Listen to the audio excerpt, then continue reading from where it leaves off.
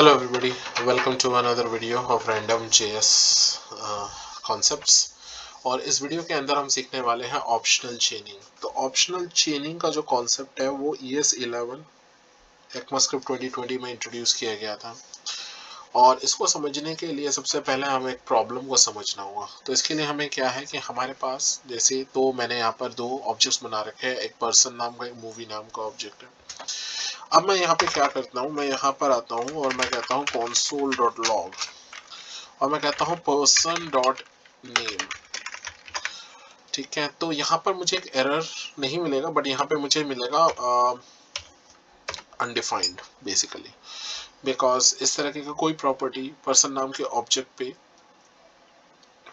Exist नहीं करती उस ऑब्जेक्ट के अंदर, राइट। इसके अलावा अगर मैं एक और बार रन करूँ इसको console.log और मैं कहता हूँ person.age, रन करते हैं, फिर से वही है। ठीक है, तो इस तरह की अगर मैं कोई भी प्रॉपर्टी एक्सेस करना चाहूँ तो मुझे अनडिफाइंड मिल रहा है। ठीक है, बट यहाँ पर भी आपका जो एप्लीकेशन है वो ब्रेक नहीं होगा, बिकॉज अनडिफाइंड एप्लीकेशन को ब्रेक नहीं कर रहा है यहाँ पे। बट अगर मैं यहाँ पर एक स्टेप और आगे जाऊँ और मैं कहता हूँ console.log, मैं कहता हूँ पर्सन, और मैं यहाँ पे सोचता हूँ कि पर्सन के ऊपर एक एड्रेस नाम का नेस्टेड ऑब्जेक्ट होगा और उसके अंदर एड्रेस के अंदर सिटी होगा। अगर मैं इसको एक्सेस करने की कोशिश करूं तो मेरा एप्लीकेशन ब्रेक हो जाता है, बिकॉज यहाँ पे मुझे एक एरर शो करता है कंसोल में, टर्मिनल के अंदर। ठीक है, तो यहाँ पे एरर क्या शो कर रहा है, ये कर रहा है कि आप सिटी को एक्सेस कर रहे हो, बट किसके, अनडिफाइंड के। तो मतलब ये है कि पर्सन डॉट एड्रेस खुद ही अनडिफाइंड है, आप अनडिफाइंड के अंदर से सिटी कैसे एक्सेस कर सकते हो। तो बेसिकली यहाँ मुझे यहाँ पर एरर थ्रो करता है और इसी पॉइंट पे आके जो है ना आपका एप्लीकेशन जो है वो ब्रेक हो जाएगा। अब आपके दिमाग में क्वेश्चन आएगा कि हम ऐसा करेंगे क्यों, हमें पता है कि हमारे ऑब्जेक्ट का स्ट्रक्चर क्या है, हमें पता है कि एड्रेस है या नहीं, हमें पता है कि सिटी है या नहीं। बट ऐसा नहीं होता है। ऐसे बहुत सारे आपको सिचुएशंस ऐसे मिलेंगे। अगर आप फ्रंट एंड डेवलपर हो तो हो सकता है कि आपको बैक एंड से एपीआई डेटा मिल रहा है और आप श्योर नहीं हो कि उसके अंदर प्रॉपरली क्या स्ट्रक्चर फॉर्मेट किया गया है, या आप जो है किसी थर्ड पार्टी एपीआई के थ्रू डेटा फेच कर रहे हैं। ठीक है, और उसमें भी कोई पर्टिकुलर फील्ड है नहीं है। सो बेसिकली हमेशा कंट्रोल नहीं है। ठीक है, तो इस तरह के प्रॉब्लम्स को सॉल्व करने के लिए हमारे पास क्या है, ऑप्शनल चेनिंग है। अब ऑप्शनल चेनिंग को बताने से पहले मैं एक और सिमिलर काइंड ऑफ प्रॉब्लम आपको दिखाना चाहता हूँ। उसके लिए मैं क्या करता हूँ, मैं index.html का एक पेज बनाता हूँ और इसके अंदर मैं बॉयलर प्लेट कोड रन करता हूँ। एंड इसके अंदर मैं क्या करता हूँ, मैं अपने स्क्रिप्ट को इंक्लूड करता हूँ। तो मैं कहता हूँ स्क्रिप्ट, और यहाँ पर मैं क्या करता हूँ src, सोर्स देता हूँ मैं, और सोर्स देने के बाद मैं कहता हूँ स्क्रिप्ट, सॉरी इसका सोर्स का नाम होगा index.js, जो कि इसी index.js फाइल से आ रहा है। बट यहाँ पर मैं यहाँ पर इसको क्या कह रहा हूँ, एक एट्रीब्यूट दे रहा हूँ डेफर। तो ये डेफर नाम का एट्रीब्यूट क्या करेगा, ये उस प्रॉब्लम को सॉल्व करता है। जैसे आपने बहुत जगह में बहुत लोगों को सुना होगा कि हमें स्क्रिप्ट टैग जो है वो बॉडी के एंड में लगाना चाहिए, बिकॉज अगर हम स्क्रिप्ट पहले लगा देंगे तो क्या होगा, हमारा जो एप्लीकेशन होगा या वेब पेज होगा वो लोड होने में टाइम लगेगा, बिकॉज जावास्क्रिप्ट पहले लोड होता है, फिर उसके बाद आपका HTML लोड हो रहा है। तो हमें हमेशा लास्ट में लगाना चाहिए, बट ऐसा कुछ नहीं है, आप इसको हेड में भी लगा सकते हैं, but then you have to defer it. तो ये डेफर जो है ये बताता है कि let the HTML load first, पहले HTML को लोड होने दीजिए, उसके बाद आप जावास्क्रिप्ट को लोड करिए। तो ये डेफर लगाना है अगर आपको हेड में इसको यूज कर रहे हैं। एनी हाउ हमने इसको कनेक्ट कर दिया है। अब इसके बाद हमें क्या करना है, मान लीजिए कि अब मैं क्या कह रहा हूं कि यहाँ पर इस HTML में, ठीक है, एक एलिमेंट को मैं सिलेक्ट कर रहा हूँ जावास्क्रिप्ट से। तो मैं कहता हूँ const my element equals to document dot, and मैं यहाँ पे क्वेरी सिलेक्टर का यूज कर लेता हूँ और मान लेता हूँ कि उस जो एलिमेंट है उसके ऊपर क्लास लगा हुआ है एंड क्लास है माई डिव, तो एक डिव है उसके ऊपर क्लास है माई डिव, और उसके अंदर मैं क्या कर रहा हूँ डॉट इनर, उसके अंदर जो इनर HTML है उसको एक्सेस करने की कोशिश कर रहा हूँ यहाँ पर, राइट। अब क्या करते हैं, मैं index.html में जाता हूँ और इसको रन करता हूँ यहाँ पर, और जैसे ही मैं इसको रन करता हूँ तो देखिए यहाँ पर ये रन हो चुका है। मैं इसको इंस्पेक्ट में जाता हूँ एंड यहाँ पर देखिए यहाँ पर क्या है कि कंसोल में जाता हूँ तो मुझे एक एरर देखने को मिलता है। अब ये एरर क्या दिखा रहा है, ये एरर शो कर रहा है सिटी वाला, ठीक है। तो सिटी वाला एरर जो है वो तो कहाँ है, यहाँ पर है, ठीक है। यानी कि इसको मैं म्यूट कर देता हूँ, ठीक है, कमेंट आउट कर देता हूँ। और अब मैं क्या करता हूँ, यहाँ पर console.log माई एलिमेंट को कंसोल लॉग करता हूँ। जैसे ही मैं कंसोल लॉग करता हूँ तो यहाँ पर एक एरर शो कर रहा है। वो एरर शो कर रहा है कि how can you try to access inner HTML of something which is null, जो पहले से ही नल है उसका आप इनर HTML कैसे एक्सेस कर रहे हो आप। तो यहाँ पर ये जो पार्ट है जहां पर मैं डिव को एक्सेस कर रहा हूँ, इनर HTML की तो बात ही नहीं, उसको तो बाद में छोड़ देते हैं, उसको बाद में बात करेंगे, पहले हम डिव को एक्सेस कर रहे हैं। इस तरह का कोई डिव एग्जिस्ट ही नहीं करता है हमारे बॉडी में, और हम उसको एक्सेस कर रहे हैं, और ना केवल उसको एक्सेस कर रहे हैं, उसके अंदर हम उसके इनर HTML को एक्सेस कर रहे हैं। तो यहाँ पर मुझे एक एरर देता है और यहीं पे हमारा एप्लीकेशन ब्रेक हो जाता है। आप इस एरर को चेक भी कर सकते हैं, देखिए यहाँ पे ये शो कर रहा है, कह रहे how can you access the inner HTML of something which is null. तो पहले से ही नल है, यहाँ पे ऐसी कुछ है ही नहीं बेसिकली, ठीक है। तो ये एक और प्रॉब्लम आपने देखा कि इस तरह का प्रॉब्लम हो सकता है। तो अब आप बोलेंगे इसका सोल्यूशन क्या है। इसका सोल्यूशन ऑप्शनल चेनिंग की जरूरत नहीं पड़ेगी, हम कुछ और तरीके से कर लेंगे, ठीक है। तो एक तरीका क्या है, आप इफ एल्स का यूज कर सकते हैं, ठीक है। तो यहाँ पर मैं यहाँ पर एक टर्नरी ऑपरेटर का यूज कर रहा हूँ, not exactly if else but ternary operator का यूज कर लेते हैं और वहां पर इस प्रॉब्लम को हम सॉल्व कर लेते हैं। तो सबसे पहले ऊपर वाले प्रॉब्लम को सॉल्व करते हैं। देखिए अगर मैं ऊपर वाले प्रॉब्लम पे जाता हूँ तो वहां पे भी एरर दे रहा था। अगर मैं इसको कमेंट आउट कर दूं और ऊपर वाले को अनकमेंट करूं तो तब भी वो दे रहा है कि आप सिटी को कैसे एक्सेस कर सकते हो, ठीक है ना। सिटी तो है ही नहीं और एड्रेस तो है ही नहीं, तो आप सिटी को कैसे एक्सेस कर पा रहे हो, नहीं हो पाएगा क्योंकि ये अनडिफाइंड है और अनडिफाइंड का सिटी एक्सेस कर रहे हो। तो यहाँ पर आप क्या कर सकते हो, आप ये कर सकते हो console.log, आप ये चेक करो कि person.address ये एग्जिस्ट करता है या नहीं करता।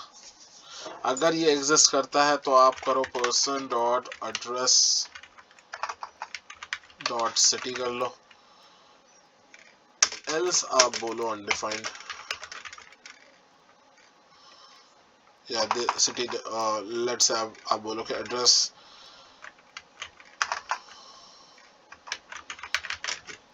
डज नॉट एग्जिस्ट, ऐसे कर लो। अब ये अभी भी एरर इस वाली लाइन से आ रहा है तो इसको म्यूट कर देते हैं, हम रन करते हैं। और ये एरर नीचे वाली लाइन से आ रहा है तो इसको भी म्यूट कर देते हैं। तो जहाँ पर एरर की पॉसिबिलिटी थी उनको म्यूट कर दिया। अब वो कह रहा है कि एड्रेस डज नॉट एग्जिस्ट। तो आप ये कह सकते हो कि कोई नए कॉन्सेप्ट की क्या जरूरत है, हम यहाँ पर टर्नरी ऑपरेटर से इसको हैंडल कर लेंगे। हम देख लेंगे कि पर्सन डॉट एड्रेस एग्जिस्ट करता है कि नहीं करता। अगर पर्सन डॉट एड्रेस एग्जिस्ट करता है तो उसके सिटी को एक्सेस कर लेंगे, नहीं तो हम कोई फॉल बैक मैसेज दे देंगे उसके अंदर। दैट्स ओके, दैट्स फाइन, हम मैं समझ सकता हूँ कि ऐसा हम कर सकते हैं, राइट। बट अगर ये और नेस्टेड ऑब्जेक्ट हुआ तो, ठीक है, पर्सन के अंदर अभी एड्रेस ढूंढ रहे हैं, एड्रेस के अंदर सिटी ढूंढ रहे हैं, सिटी के अंदर अगर और नेस्टेड हुआ तो इसको मेंटेन करना बहुत मुश्किल हो जाएगा, ठीक है।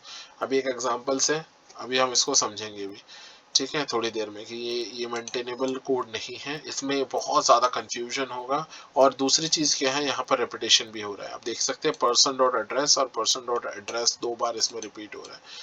यानी कि यहाँ पर क्या है, यहाँ पे ड्राई कॉन्सेप्ट को फॉलो नहीं किया जा रहा है। Don't repeat yourself, don't repeat the code. तो वो वहाँ पे कोड रिपीटेशन हो रहा है यहाँ पे। और जैसे जैसे नेस्टिंग बढ़ेगा तो फिर आपको खुद ही समझ में नहीं आएगा कि आप टाइप क्या कर रहे हो यहाँ पे, कहाँ पर ternary operators, multiple ternary operators, multiple conditions check करोगे तो दिक्कत देगा। ऐसे ही आप इस प्रॉब्लम को टर्नरी ऑपरेटर से इस लेवल पे तो सॉल्व कर सकते हैं, लेकिन आगे जैसे ही और ज्यादा नेस्टेड एलिमेंट्स होंगे HTML के, तो उसमें दिक्कत आएगी। कैसे इसको सॉल्व करें, आप कह सकते हो यहाँ पर console डॉट लॉग, और मैं कह सकता हूँ document dot query selector, command query selector, और उसके अंदर डॉट माई डिव। आप कह सकते हो अगर ये एग्जिस्ट कर रहा है तो आप क्या करो, document dot query selector dot inner HTML दे दो, या फिर आप बोलो कि नल है, ऐसा कुछ है नहीं। तो यहाँ पर अगर मैं इसको रन करता हूँ तो आपको नल मिलता है। तो आप बोलोगे कि इससे भी तो मेरा प्रॉब्लम सॉल्व हो रहा है, या डेफिनेटली इस लेवल पे तो सॉल्व हो रहा है, बट अगर मल्टीपल लेयर्स ऑफ एलिमेंट्स हैं या फिर मल्टीपल नेस्टेड ऑब्जेक्ट्स हैं तो ये कोड मेंटेनेबल नहीं है, इसमें आपको बहुत ज़्यादा प्रॉब्लम आएगी। और अगेन इसके अंदर वही प्रॉब्लम है कि इसके अंदर जो है हम कोड को रिपीट कर रहे हैं। आप देख सकते हैं डॉक्यूमेंट डॉट क्वेरी सिलेक्टर माई डिव, ठीक है, and document dot query selector, यहाँ पर एक चीज मैं भूल गया था, उसके अंदर डॉट माई डिव, तो उसको भी लगा देंगे। So you can see that right. अब इस मूवी से हम समझते, देखिए इसमें कैसे दिक्कत देता है, जो दिक्कत की मैं बात कर रहा हूँ। जैसे फॉर एग्जांपल यहाँ पर मैं डायरेक्टर को एक्सेस करना चाहता हूँ। आप देख सकते हैं मूवी का नाम है, मूवी का ईयर है, मूवी का स्टार कास्ट है, हीरो हीरोइन है, बट डायरेक्टर नहीं है। तो मैं क्या करता हूँ, मैं यहाँ पे करता हूँ console डॉट लॉग, और ये लिखने में मुझे दिक्कत हो जाएगी इस तरीके से, ठीक है। तो सबसे पहले मैं क्या करता हूँ, मैं कहता हूँ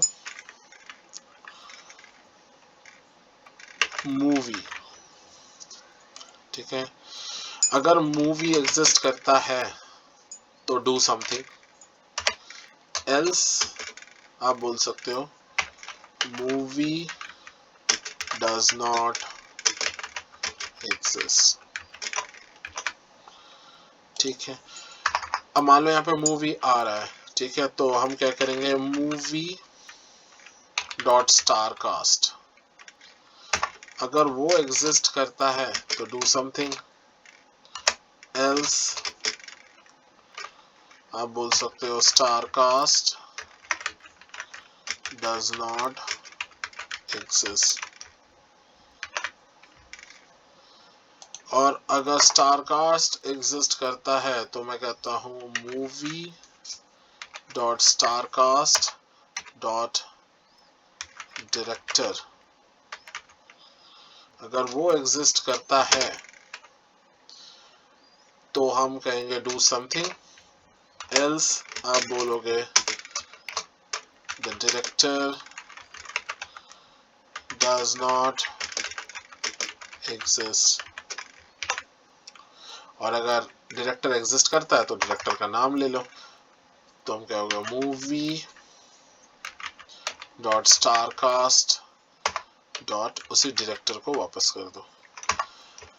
आप देखोगे कि इस कोड को देखिए जरा, लाइन नंबर 27 से लाइन नंबर 35 के इस कोड को देखिए, और ये ऑब्जेक्ट को आप देखिए, तो ये तो बहुत ही सिंपल ऑब्जेक्ट है, इसके अंदर कुछ है ही नहीं। इस ऑब्जेक्ट के अंदर एक सिंगल नेस्टेड ऑब्जेक्ट है, और तभी हमारी हालत ऐसी हो रही है।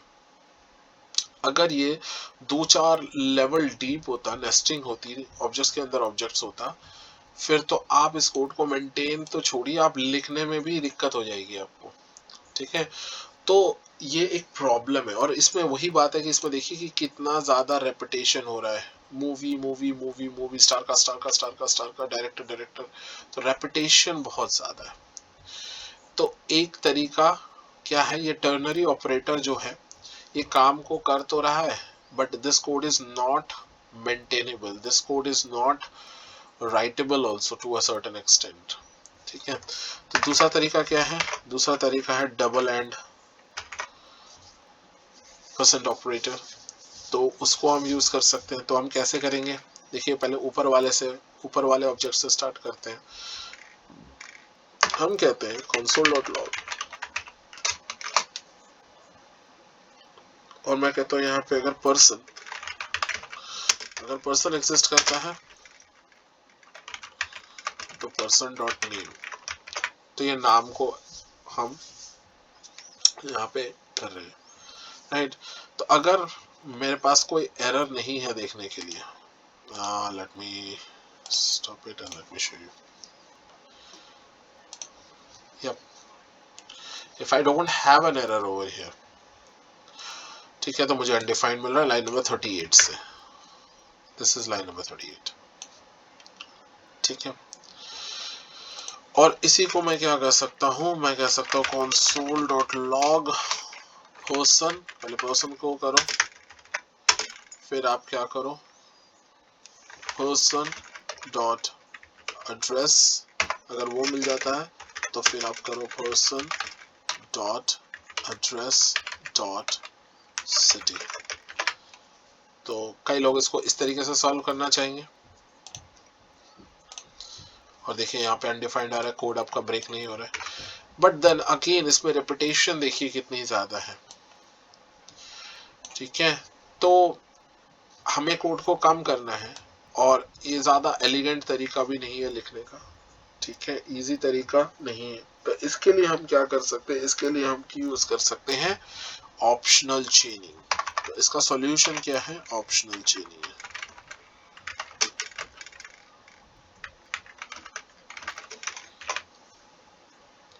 तो देखिए इसके अंदर कैसे होगा, अगर यही चीज लाइन नंबर 39 को ही मुझे ऑप्शनल चेनिंग के थ्रू लिखना है तो मैं क्या कहूंगा console.log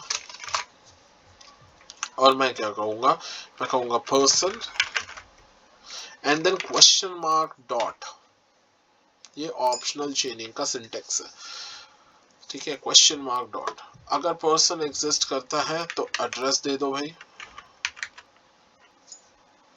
राइट, और अगर एड्रेस एग्जिस्ट करता है तो मुझे सिटी दे दो। अब आप देखिए खुद ही कि ये कितना छोटा सिंटेक्स है as compare to this one, कोई रेपिटेशन नहीं है, कुछ नहीं है। और यहाँ तो फिर भी मैं क्या कर रहा हूँ, पर्सन को चेक कर रहा हूँ कि पर्सन ऑब्जेक्ट एग्जिस्ट करता है कि नहीं करता। ये और छोटा तब हो जाता है जब कम से कम मुझे इतना पता है कि पर्सन ऑब्जेक्ट एग्जिस्ट करता है। तो मैं क्या करता, console.log मैं सीधा करता पर्सन डॉट एड्रेस, बस ये चेक करता है एग्जिस्ट करता है या नहीं करता, और उसके बाद सिटी।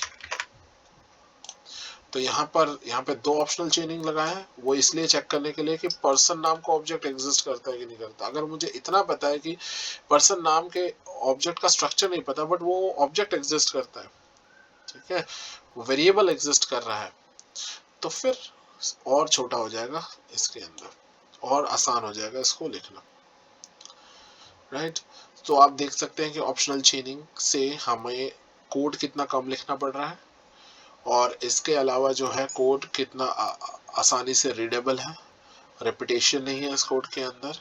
अब अगर मुझे यही डायरेक्टर वाला जो केस है, ठीक है, जो हमने टर्नरी ऑपरेटर से लिखा था, अगर इसको मुझे ऑप्शनल चेनिंग के थ्रू लिखना है तो मैं इसको कैसे लिख सकता हूँ, देखिए console.log और मैं यहाँ पर ये मैं थोड़ा सा ज्यादा ही कोड लिख रहा हूँ, मैं ये भी मान रहा हूँ कि मूवी एग्जिस्ट करता है कि नहीं करता, ठीक है। तो मैं कहता हूँ मूवी, अगर मूवी एग्जिस्ट करता है तो हमें क्या चाहिए, स्टारकास्ट, अगर स्टारकास्ट एग्जिस्ट करता है तो प्लीज मुझे डायरेक्टर का नाम दे दो, राइट। तो अब आप देखिए कि इसके अंदर कितना छोटा कोड हो गया है एज कंपेयर टू, ये है almost 8 lines of code, this is only single line of code, right. और यहाँ पर देखिए मुझे क्या मिल रहा है, अनडिफाइंड मिल रहा है, राइट। तो ये है ऑप्शनल चेनिंग। तो ऑप्शनल चेनिंग क्या करता है, it's just a safety major and it's a syntax construct जो कि आपके एरर्स होने में उसको प्रिवेंट करता है by putting a safety check. ठीक है, तो ये सेफ्टी चेक लगाता है। ठीक है, बेसिकली तो ये काम कैसे करता है, ये काम ऐसे करता है कि आपके ये क्वेश्चन मार्क डॉट से पहले वैल्यू को इवैल्यूएट करता है। जैसे यहाँ पर ये क्वेश्चन मार्क डॉट से पहले मूवी को इवैल्यूएट कर रहा है कि मूवी एग्जिस्ट करता है या नहीं। अगर इसका इवैल्यूएशन में इसको मिलता है अनडिफाइंड या नल, तो ये सीधा डायरेक्टली एक ही चीज रिटर्न करता है, वो है अनडिफाइंड। सो इसकी रिटर्न वैल्यू जो होती है वो क्या होता है, अनडिफाइंड।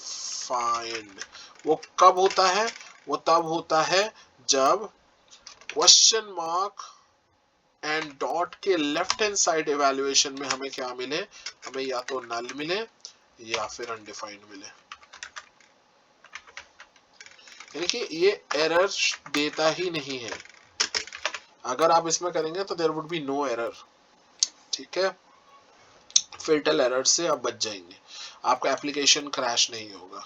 ठीक है, तो और फिर क्या होता है, जब ये इसको इसके लेफ्ट हैंड साइड में अगर इसको अनडिफाइंड या नल मिलता है तो आगे की चीजें शॉर्ट सर्किट कर देता है। अब शॉर्ट सर्किट अगर आपको नहीं पता है तो आप प्लीज मुझे कमेंट सेक्शन में लिखिए, मैं शॉर्ट सर्किटिंग के ऊपर भी एक वीडियो बना दूंगा कि शॉर्ट सर्किटिंग होता क्या है। बट शॉर्ट सर्किटिंग में ये होता है कि आगे का इवैल्यूएशन स्टॉप कर देता है। बेसिकली आगे इसके आगे जो भी चीज लिखा होगा सबको ये इग्नोर कर देगा और सीधा एग्जिट कर जाएगा। और एग्जिट किस वैल्यू के साथ करेगा, अनडिफाइंड वैल्यू के साथ इसको एग्जिट कर देगा।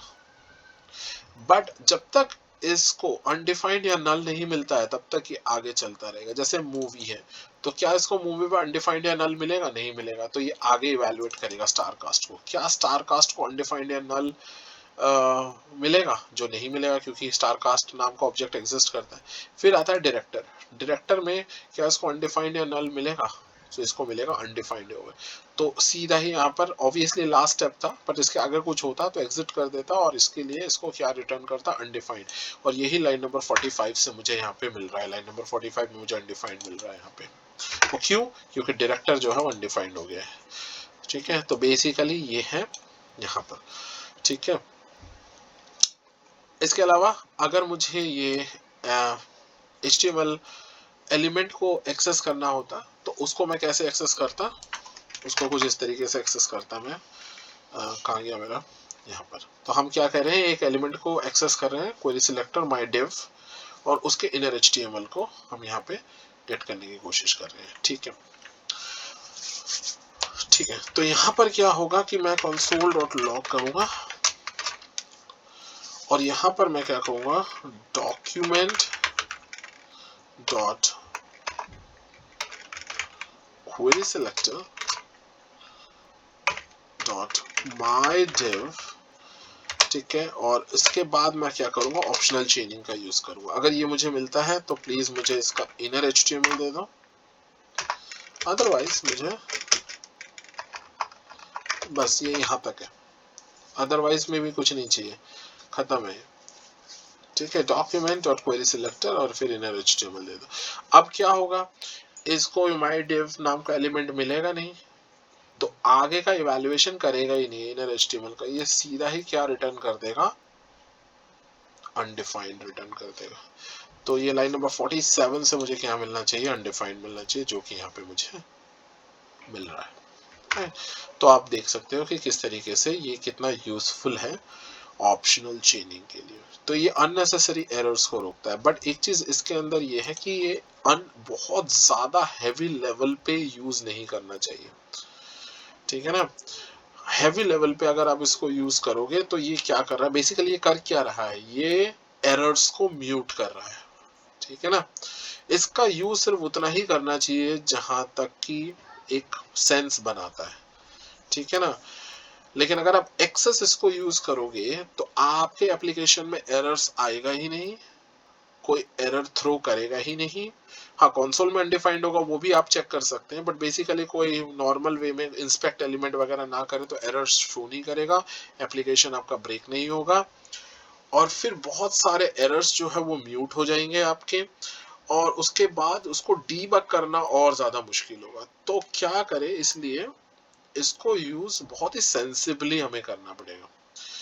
एक दूसरी चीज जो है, जो ऑप्शनल चेनिंग है, उसके अंदर ये है कि आप जिस लेवल से स्टार्ट कर रहे हैं, जैसे मान लीजिए मैं यहाँ पर ये स्टार्ट कर रहा हूँ, मैंने कई जगह पर, जैसे मैंने यहाँ पे पर्सन से स्टार्ट किया है, तो चेक करो कि पर्सन एग्जिस्ट कर रहा है कि कर रहा है। यहाँ पर एटलीस्ट पर्सन डिफाइंड होना चाहिए। अगर डिफाइंड नहीं है तो फिर ये एरर को नहीं रोक पाएगा। मैं आपको एग्जांपल से समझाता हूँ। For example, let and let, यहाँ पर मैं कहता हूँ लेट प्लेयर,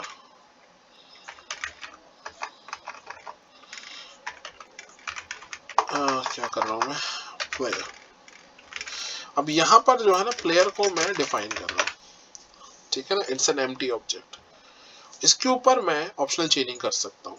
लेकिन अगर इस तरीके का कोई भी डेफिनेशन ही नहीं है प्लेयर की, और मैं यहाँ पे जाऊँ console.log और मैं कहता हूँ प्लेयर, सॉरी पर्सन नहीं, प्लेयर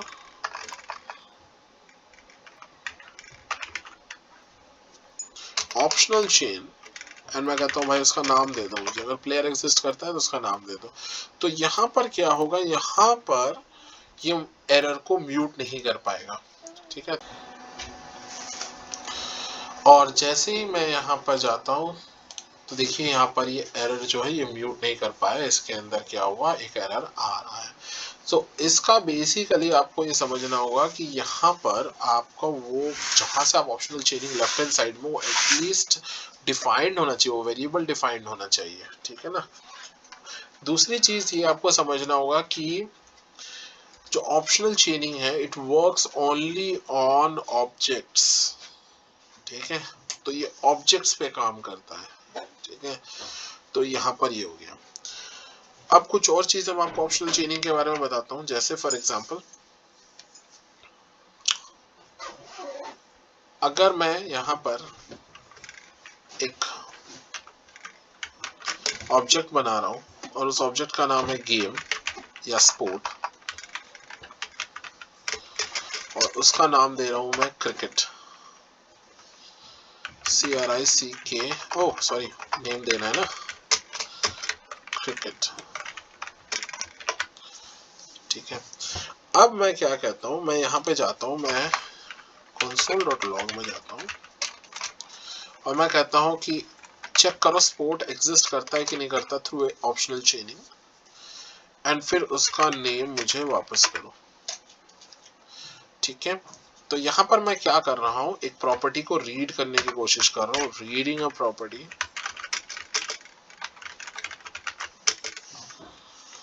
थ्रू ऑप्शनल चेनिंग, राइट। तो अगर मैं इसको देखूं अब, और ये रेफरेंस एरर अभी भी थ्रो कर रहा है ना, तो इसको मुझे म्यूट करना पड़ेगा। लाइन नंबर 49 से, राइट। तो मैं इसको म्यूट कर देता हूँ। लाइन नंबर 52 से भी मुझे एक रेफरेंस एरर दे रहा है। क्यों दे रहा है? लाइन नंबर 52 से,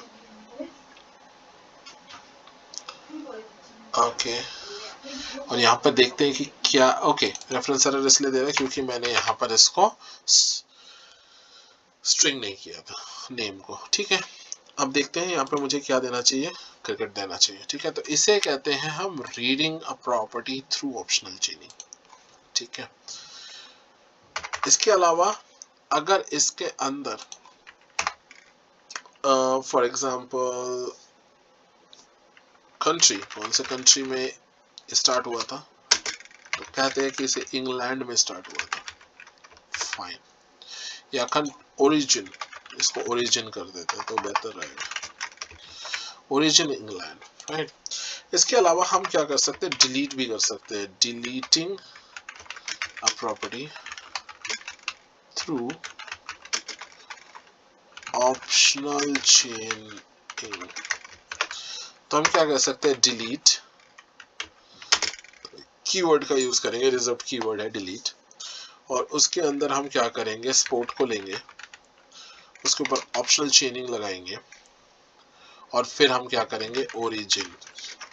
तो इसका मतलब ये है कि अगर स्पोर्ट में ओरिजिन, अगर स्पोर्ट एग्जिस्ट करता है तो उसके ओरिजिन में जाके उसको डिलीट कर दो, राइट। तो अगर मैं यहां पर जाऊं और मैं यहां पर करूं console.log